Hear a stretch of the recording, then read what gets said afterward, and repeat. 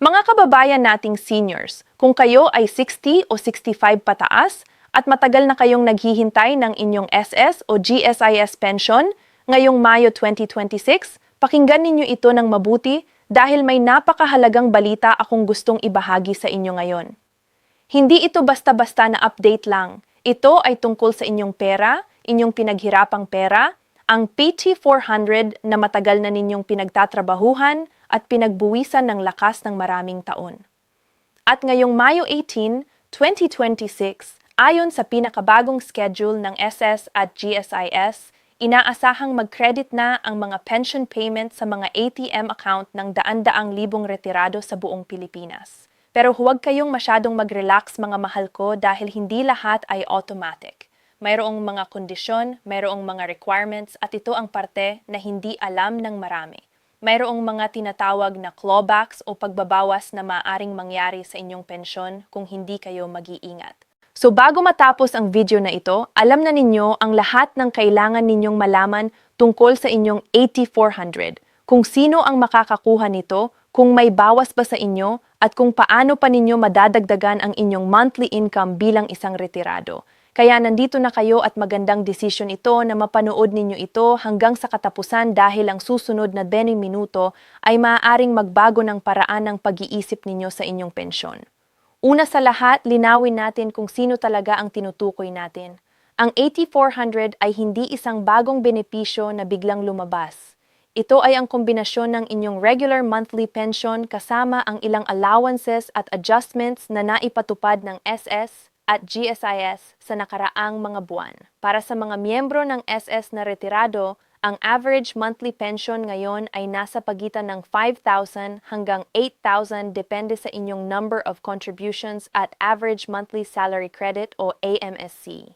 Ngunit para sa mga miyembro na may matagal na serbisyo, sabihin nating 30 taon pataas ng kontribusyon, ang pensyon ay maaaring umabot sa P1,400 o mas mataas pa kapag may kasama pang 13th month pension at annual cash gift. Para naman sa mga GSIS pensioners, ang inyong basic monthly pension ay karaniwang mas mataas, lalo na kung kayo ay dating government employee na may salary grade na grade 15 pataas. Ang GSIS pensioners na may average monthly compensation na 20,000 pataas ay madaling makakaabot ng 8,000 hanggang 10,000 bawat buwan, lalo na kapag isinama ang fiduciary fund dividends at ang enhanced pension na naipatupad ng gobyerno. Ang nakakatuwa pa rito, at ito ang hindi alam ng marami, ay ang mga pensioners na nag-avail ng Re-employed Pensioner Program ng GSIS ay maaaring tumatanggap ng dagdag na benepisyo na tinatawag na pension differential.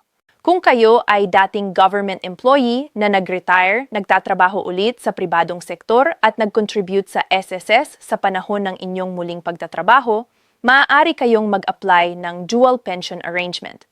Isang bagay na talagang hindi alam ng karamihan. Ngayon, pag-usapan natin ang schedule. Ang SS ay may tinatawag na staggered payment system kung saan ang mga pensioners ay nakatanggap ng kanilang pension base sa kanilang birthday month o sa huling digit ng kanilang SSS number.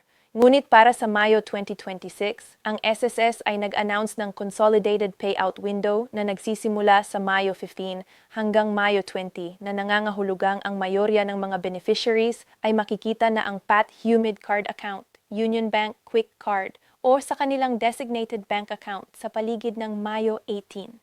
Para sa GSIS, ang payment schedule ay karaniwang mas predictable. Ang kanilang mga pensioners ay karaniwang natatanggap ng pensyon sa ika-1 at ika-15 ng bawat buwan depende sa inyong registered payment mode. Ang mga GSIS pensioners na gumagamit ng GSIS eCard Plus ay makikita ang credit sa ika-15. Samantalang ang mga nagpa-enroll sa Land Bank o planggap nito isang araw bago o pagkatapos depende sa interbank processing time. Kung hindi kayo sigurado kung saan papasok ang inyong pensyon, ang pinakamadaling paraan ay mag-check sa inyong SSS mobile app o GSIS eCard account online. Huwag na mag-antay pa sa linya sa opisina. Maraming seniors ang hindi pa updated sa digital na paraan ng pag-check at sa katotohanan kaya ninyo ito.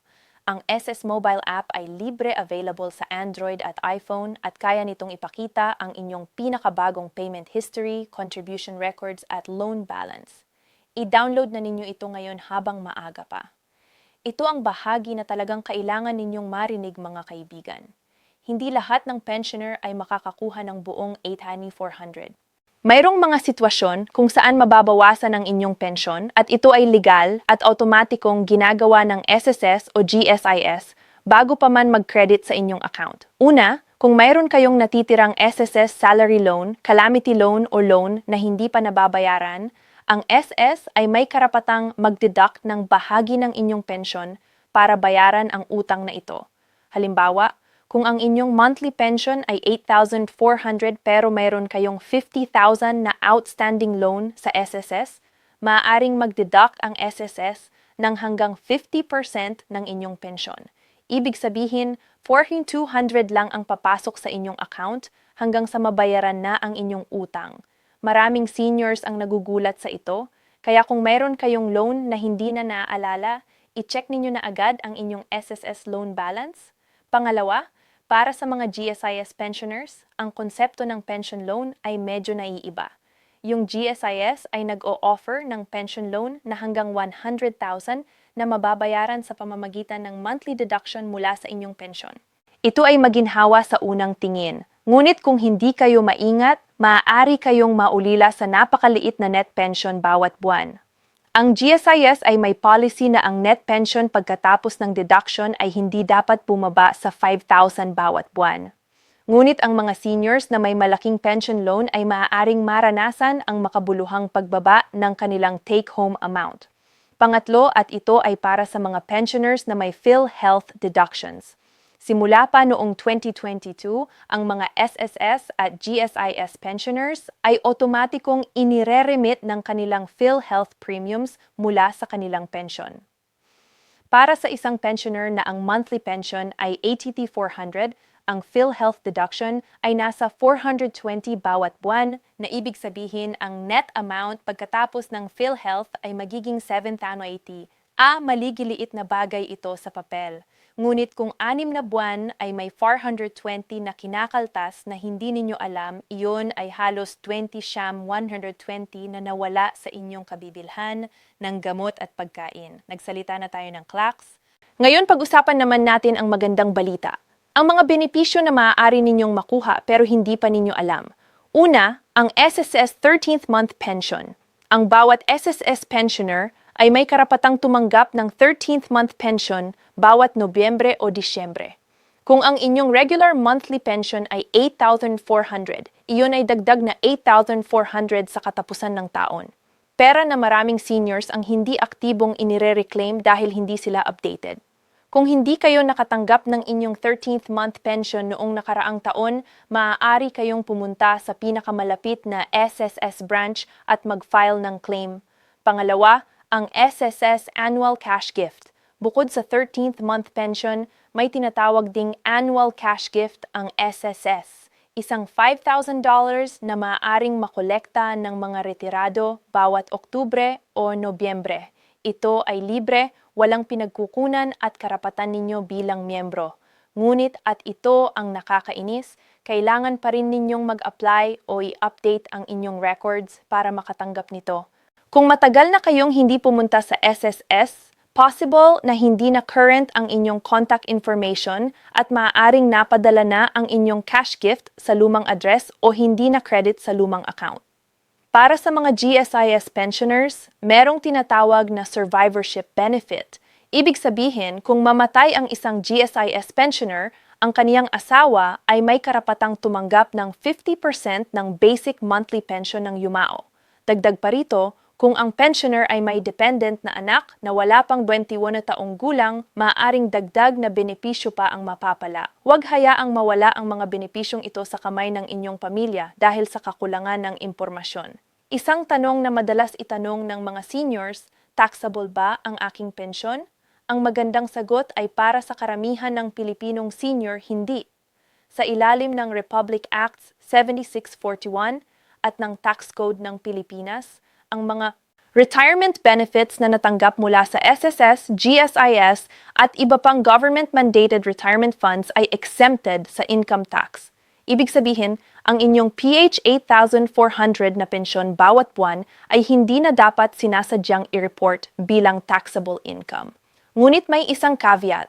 Kung kayo ay nagre-retire mula sa isang pribadong kumpanya at nakatanggap ng isang malaking lump sum retirement pay na lampas sa 2.4 million sa isang taon, ang labis ay maaaring taxable na. Gayun din kung kayo ay nagtatanggap ng karagdagang kita mula sa pagrenta ng bahay, negosyo o investments, ang mga kita na yon ay hiwalay pa rin na taxable. Ang pensyon mismo ay malinis, ngunit ang inyong kabuuang kita ay kailangan pa ring tingnan. Kung kailangan ninyong pumunta sa opisina ng SSS or GSIS sa araw na ito, narito ang ilang bagay na makakatulong sa inyo para hindi masayang ang inyong panahon at lakas. Una, laging magdala ng 2 valid government-issued IDs. Ang inyong UMID card ay pinaka-importante. Pero magdala rin ng PhilSys card, driver's license, or passport bilang backup. Pangalawa, i-photocopy ang lahat ng documents bago pa kayo pumunta. Ang mga SSS at GSIS staff ay karaniwang hinihingi ang photocopy ng inyong IDs at forms. At kung walang photocopy shop malapit sa opisina, maaaring mapahirap pa kayo. Pangatlo, pumunta sa opisina ng maaga. Ang mga branch ng SSS at GSIS ay bumubukas ng 9 ng umaga. Pero ang mga linya ay nagsisimula ng bumuo mula 8 na hao. Kung kaya ninyo, pumunta ng umaga ng Martes o Miyerkules dahil ang Lunes at Biyernes ay karaniwang pinakasiksik. Pang-apat, at ito ay importanteng tip. Kung kayo ay mahirap lumakad o may sakit na pumipigil sa inyo na personal na pumunta sa opisina, ang SSS ay may special lane para sa persons with disabilities at senior citizens. Huwag kayong mahiyang gamitin ito. Ito ay para sa inyo. Mayroon ding SSS satellite offices sa mga malls at barangay halls ng lungsod na mas malapit at mas madaling puntahan kaysa sa main branch. Bilang pagtatapos, pag-usapan natin ang mga paraan para mapakinabangan pa ang inyong retirement income. Una, kung meron kayong kamag-anak na 60 pataas at hindi pa nagre-retire, sabihin ninyo sa kanila na mag-apply na ng early retirement sa SSS sa edad 60, lalo na kung hindi na sila aktibong nagtatrabaho. Mas maaga ang pag-retire, mas maaga ang pagpasok ng pensyon kahit na ang monthly amount ay medyo mas mababa. Ang kabuuang lifetime benefit ay maaaring mas malaki kapag pinakompute mo sa maraming taon. Pangalawa, kung kayo ay retirado pero may kakayahan pa ring magtrabaho ng part-time, alamin ang Flexi Fund ng GSIS at ang Retirement Savings Account ng SSS. Mga programa na nagbibigay daan sa inyo na mag-invest ng bahagi ng inyong pensyon sa mas mataas na interest rate kaysa sa karaniwang savings account. Pangatlo, kung mayroon kayong dependent na magulang na wala pang pensyon, isaalang-alang ang pag-explore ng PhilHealth Indigent Program at ng DSWD Pantawid Pamilyang Pilipino Program. Mga mahal nating seniors, ang inyong pensyon ay hindi lang isang tseke. Ito ay simbolo ng inyong buong buhay na dedikasyon sa trabaho, sa pamilya at sa bansa. Huwag hayaang mawala kahit piso sa inyo dahil sa kakulangan ng impormasyon. I-check ang inyong ATM o e-card sa paligid ng Mayo 18. Checkin na walang outstanding loan na hindi ninyo alam. Alamin ang inyong 13th month pension at annual cash gift. At huwag kalimutang i-update ang inyong contact information sa SSS or GSIS para walang benepisyo ang malaglag. Kung natutunan ninyo ang kahit isang bagay mula sa video na ito, i-share na ninyo ito sa inyong mga kaibigan, magulang o kapitbahay na maaari ring makinabang. Dahil ang pinakamagandang bagay na magagawa natin para sa ating mga mahal sa buhay ay ang bigyan sila ng tamang impormasyon sa tamang oras. Salamat sa inyong panonood at ingatan ninyo ang inyong sarili. M.